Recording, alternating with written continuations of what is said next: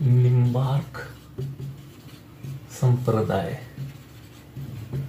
निम्बार्क संप्रदाय के जो संस्थापक थे वो थे निम्बार्काचार्य। संस्थापक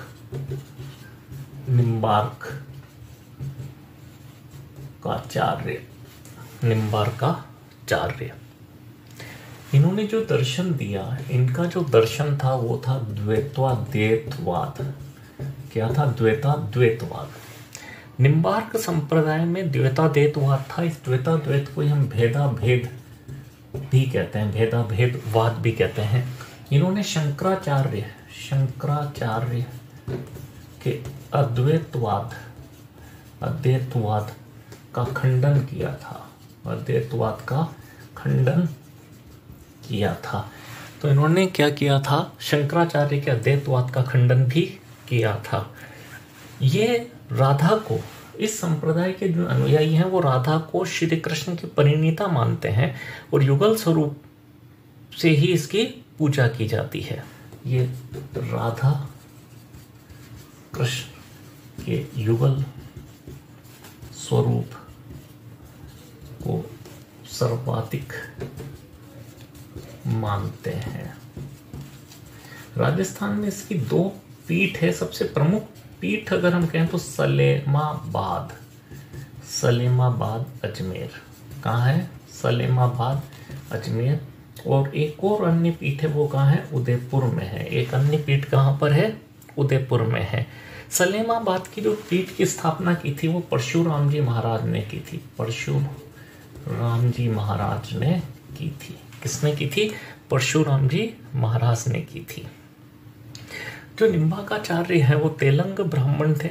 सलेमाबाद अजमेर और उदयपुर में इस मत की पीठ है। द्वैतवाद दिया था जिसे हम भेदाभेद कहते हैं। शंकराचार्य के अद्वैतवाद का खंडन किया था। इसमें राधा को श्री कृष्ण की परिणीता माना गया है तथा युगल स्वरूप में इसकी मधुर सेवा की जाती है। निम्बार्क संप्रदाय के अन्य नाम अगर हम कहें तो राधा कृष्ण संप्रदाय, इसे राधा कृष्ण संप्रदाय भी कहते हैं। इसका एक और नाम है समकालिक संप्रदाय। क्या नाम है? समकालिक संप्रदाय भी इसी को कहते हैं। एक और इसको हंस संप्रदाय के नाम से भी जाना जाता है। इसको हंस संप्रदाय के नाम से भी जान के कहते हैं।